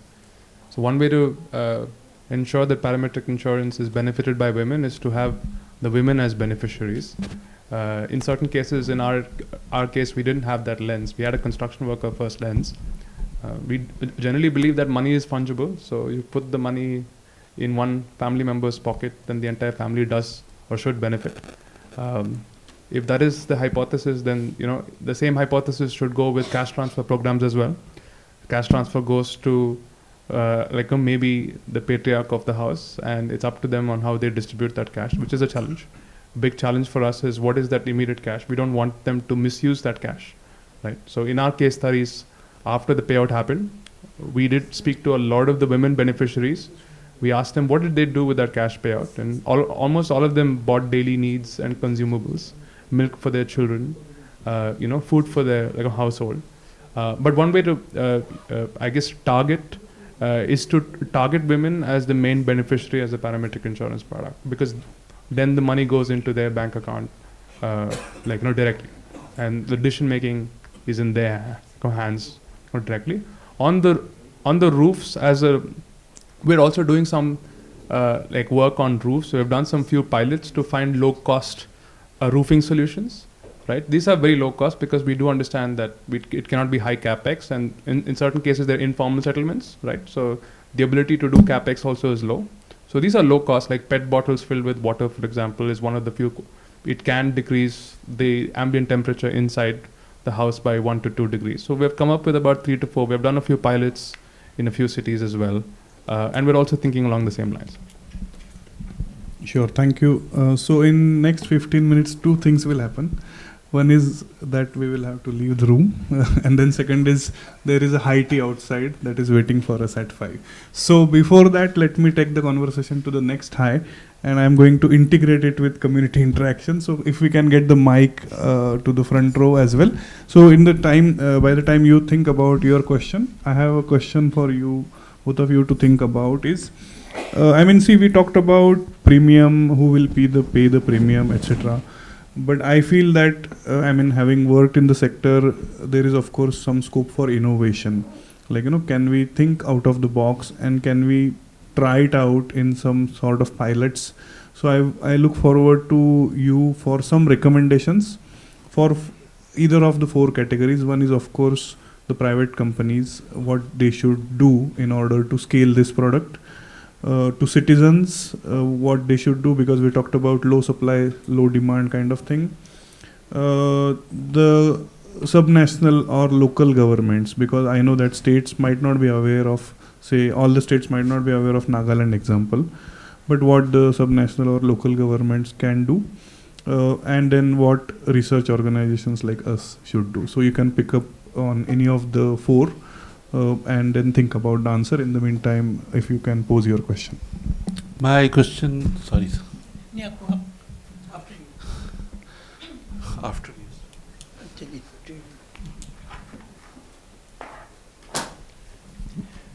I have a small question. This subject, risk financing and insurance solution, my perception is these are 2 different things. Risk financing is pre-disasters and insurance solution is post-disaster. That's my perception. If that is so, I have a question from Safi in particular, that when I quoted the figure of what has been recommended by the 15th Finance Commission, I knew the total figure, I didn't know the breakup. But when you gave the breakup, 10% for preparedness, 20% for mitigation, which means 30% pre-disaster and 70% post-disaster. I want your views. Does NDMA or all of you feel, is it a right proportion? For the simple reason that there is a famous quote of World Bank saying that $1 invested in pre-disaster measures saves $10 when disaster comes, which is very true. And India also, now there is one example that the money spent in cyclone disaster risk mitigation project in East Coast has given enormous saving of life. It is, all of you know how good it has been. But besides cyclone risk mitigation, we have not gone for any other risk mitigation.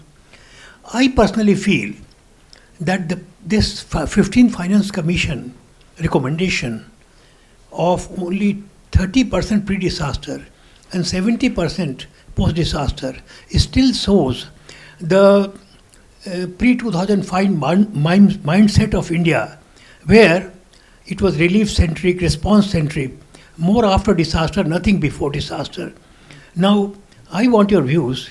Whether do you think what the NDMA or you people feel, is that right, or for preparedness and mitigation, the recommendations should have been more than 30%. What's your views? It's not first to you. Let's put you on the spot. So in NDMA, they say there was a pre-KM Singh phase and a post-KM Singh phase. So Mr. KM Singh joined the NDMA in 2005, and that's when all these ideas about a response force became NDRF, and all these ideas about mitigation, capacity building, NIDM, all of these were incubating when he and his colleagues were running NDMA from 2005 to I think 2012 or 13. So that period set the stage for what was finalized in 2020 by the 15th Finance Commission. So these things take time, and from 100% for just relief, sir, your efforts, the post-KM Singh phase now is at only 40% for relief. So that number already has changed from 100 to just 40.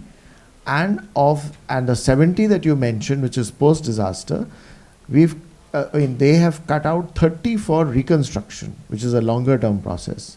So earlier, if you had said 70 is for post-disaster, then all 70 would have gone into giving 4 lakh rupees to everybody who's affected, and all the 70 would have vanished. Now you're restricted to 40. And 30 goes for reconstruction. And 30 is for mitigation and capacity building. Now, if we play around more with the 10, 20, 30, 40 formula, sir, so we will go to 12, 18, and numbers like that. The good point about the 10, 20, 30, 40 formula, sir, is that all adds up to 10, easy for the mind to retain. It's a very good brand building exercise. And it is so, with such speed, it has percolated down, right down to the local bodies and urban local bodies, gram panchayats.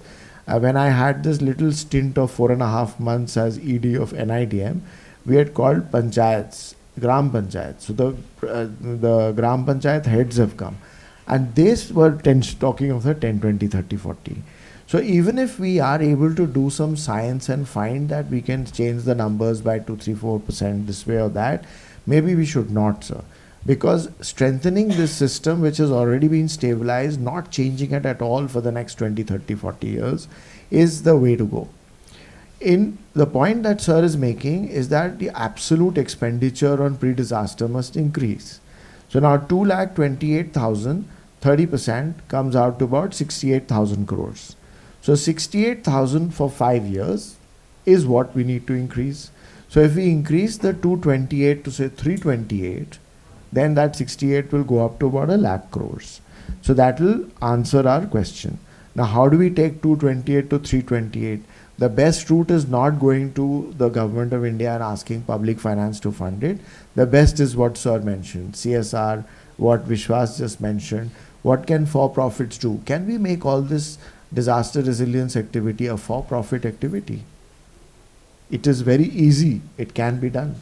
So while the Finance Commission told us go to non-profits, get them to work on this, go to CSR, go to crowdfunding, go to various other things, but making disaster resilience a for-profit activity, I can give you 2 examples. One is of what the Japanese do on earthquake. All this I'm saying is coming from that corner over there. They are my teachers sitting there, and when I get back tomorrow, they'll be giving me marks on how I did on the stuff that they have taught me.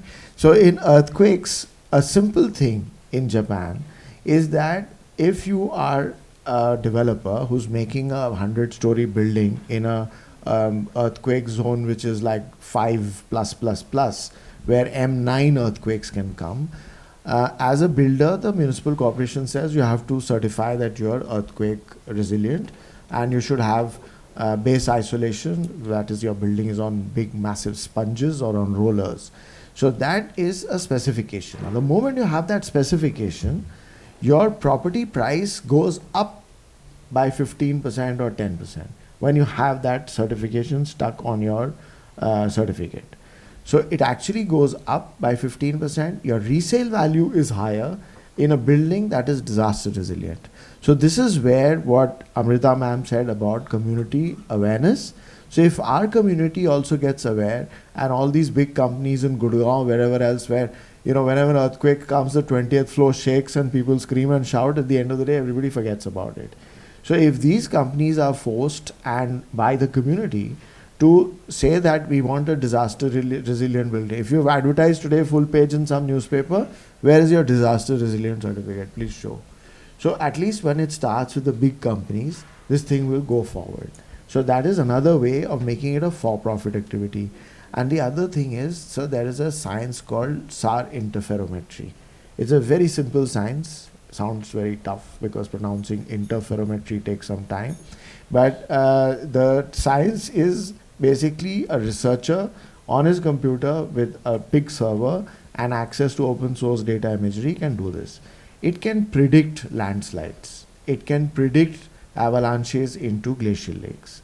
So this is the number I'm talking of is 1 lakh high risk prone landslide zones in India and 7,500 glacial lakes which are risky.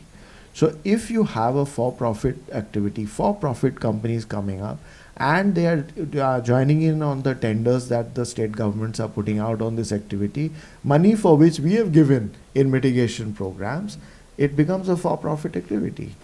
So this is one line of work, sir, which will take that 228 to 328. I have nothing further to add. And if you want to address my question. Your question about those four categories. So for-profit companies I've mentioned. For-profit companies, I have a grouse with the insurance companies, I always fight with them. Okay, low demand, low supply, what are you doing? Why are you not marketing? So they say we are not marketing because the cost of marketing in the Himalayas is very high, because you know, the person will invest, a small guy who has not the means or the resources, he may not pay my premium. So from a for-profit point of view, there is a problem. That is where the incubation from government can come. Second point was, what do municipal corporations or urban local bodies do? So a very recent story yesterday or day before suddenly popped up on Reuters, in which a very interesting point was mentioned. While that story takes you to the zone where as if everything has been done now, and Government of India has finally issued some order on parametric insurance, which is not really true. But it does mention a very interesting idea. The idea is that, as sir mentioned, if motor insurance is compulsory, so still the penetration is only 55%. So even though it's compulsory, the penetration of motor accident in India is 55%. Even though life insurance is not compulsory, outstanding advertisements by LICs over the last 60-70 years took that to a fairly high level, which has come down now a bit. I don't really remember the exact number right now. So by doing advertising at one side or making it mandatory is a choice. However, governments, at least Government of India and state governments, have been largely resilient to making anything mandatory.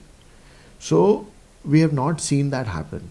However, municipal corporations can do it. Suppose they take 2 rupees from our Bijli ka bill every month. Will we bother? We will never bother. We already pay our Bijli bill, at least the paying classes already pay in thousands. So if you pay in thousands and it's 2 rupees a month, you won't bother. So if the municipal corporation contracts or puts out tender or whatever it does, there are some of them are private, the Bijli companies are private. So those Bijli companies can put out a thing and give it to a consortium of insurance. If this apartment gets damaged due to earthquake, fire, storm, tempest, or flood or inundation, he gets insurance. So that is a very good way forward. For research organizations, I think what that young lady over there, Shivani, was telling us, we have a lot of secondary research. Yours is one organization which has gone down and for the first time brought out Tehsil level data. Before the 16th Finance Commission started working, everybody was talking of district level, but you guys showed everybody the path that here is Tehsil level data, here you can analyze it and this is what you can do. So a lot of secondary research is required. However, that is still secondary research. We need action-based primary research on the ground. Maybe we can just put together all the research that has been done on the ground with organizations like IIC or IIG as to, okay, you took 400 people from this slum in Delhi, these guys took 400 in Mumbai, these guys took 300 there. So let's put it all together and see how it looks. So that is the third thing. And for, you said state governments was your fourth, or you had some fifth? Citizens.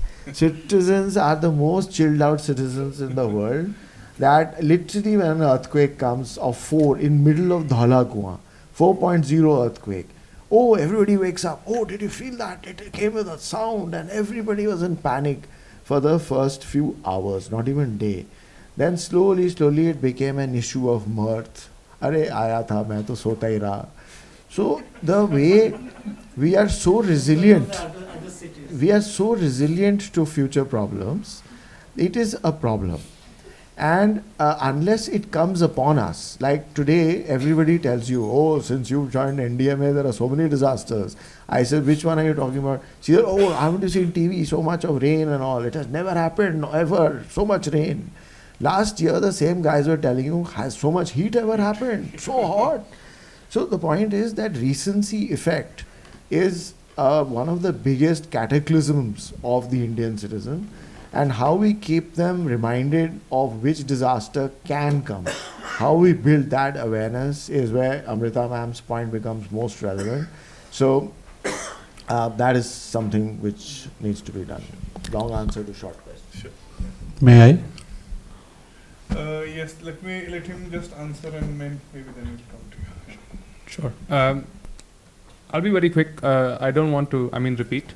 I'll just want to add maybe 3 types of insurance, very quickly, and then I'll talk about each different stakeholder and what they can do.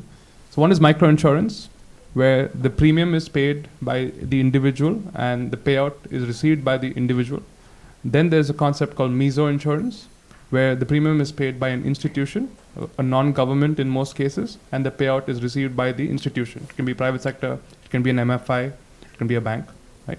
And then there's macro insurance, where the government pays, right? There is risk pooling, etc., and they get the benefit. Government decides whether they want to invest in cash transfers or infrastructure. Now, the individual stakeholders. Now, private sector has a natural gain, and they're not new to the business of insurance. If you look at most private sector across all sectors, factories are insured, their people are insured, assets are insured, so they're not new to insurance. But to insure their workers against climate risks is new, right? So that's where the non-profits come in. So research organizations and non-profits like ours, we channel philanthropic capital because, like I mentioned, you need catalytic capital. Sir said tapering effect, because in year 1 you won't see the impact. You need 5 or 7 years of parametric insurance activities to happen for the ecosystem effects to be visible, the network effects to be visible. Enough examples in the market where the market forces then take after themselves. So that's where I see when nonprofits, be it on the research side or be it on the implementation side, can actually channel philanthropic capital, CSR capital, and actually do some activity on the ground, increase awareness, and to pilot some activities. On the meso insurance side, I can give an example of a microfinance organization. So we saw on livestock, we saw agriculture. So a big part of a microfinance institution's loan book has their climate risk exposure. So they can subscribe, or they can build in a very small component of the premium in the loan itself. And it does happen. There are a few examples where in case there is a climate risk and the borrower is not able to pay, the insurance does kick in, and some part of the principal is paid out by the insurance product, where the borrower does not need to pay. And now that's an example of a meso insurance where a microfinance is involved. The same thing even private sector can do. Lastly, I would say on the small business owners, or for that matter, not small business owners, citizens. I see citizens in 2 ways. Either you're employed in a big part of some industry value chain where it's the industry's onus to pay the premium. If you're not, if you're self-employed, like if you're an auto rickshaw driver, if you're a fruit vendor in an environment that gets flooded, where there's excessive heat, where you cannot show up for work that day, you lose a livelihood. So they are the last to act. You need that network effect, that ecosystem to be built. You need that trust on the product to be built. And then individuals start subscribing for parametric insurance products. And that is the last hope at the end. But so this is the way that I see multiple actors coming together and subscribing to various insurance products, parametric insurance products. Sure, thank you. And yes, I think we can take that question with the high tea. Yeah, I think we have some opportunity outside as well.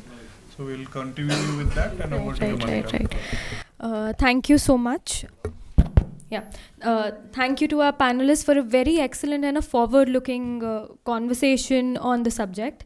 The discussion underscored the importance of data reliability, regulatory framework, and very important cross-sector partnerships, public, private, for-profit, non-profit, which will be key to scaling these mechanisms in India.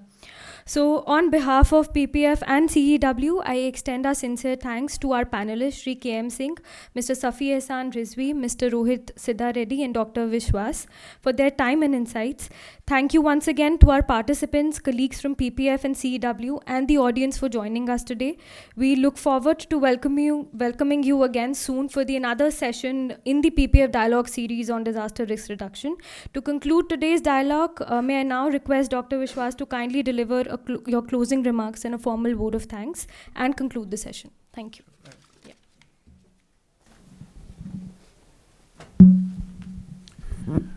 Thank you, Manika. I would like to thank our panelists once again, and also the opportunity given by PPF. And I think this has been a very interesting discussion. Some of the takeaways are there, which we would like to, of course, take into our work and take it further. But once again, I would like to thank all of you for joining us and being there with us throughout the session. And I would like to request all of you to join us for high tea. Okay, sure. Yeah. Group photo as in? With the panelists. Okay. Sure, yeah. Fine, okay. So can I request also sir to join for the group photo, and then we go for the high tea outside. Thank you. Before we are thrown out. Almost.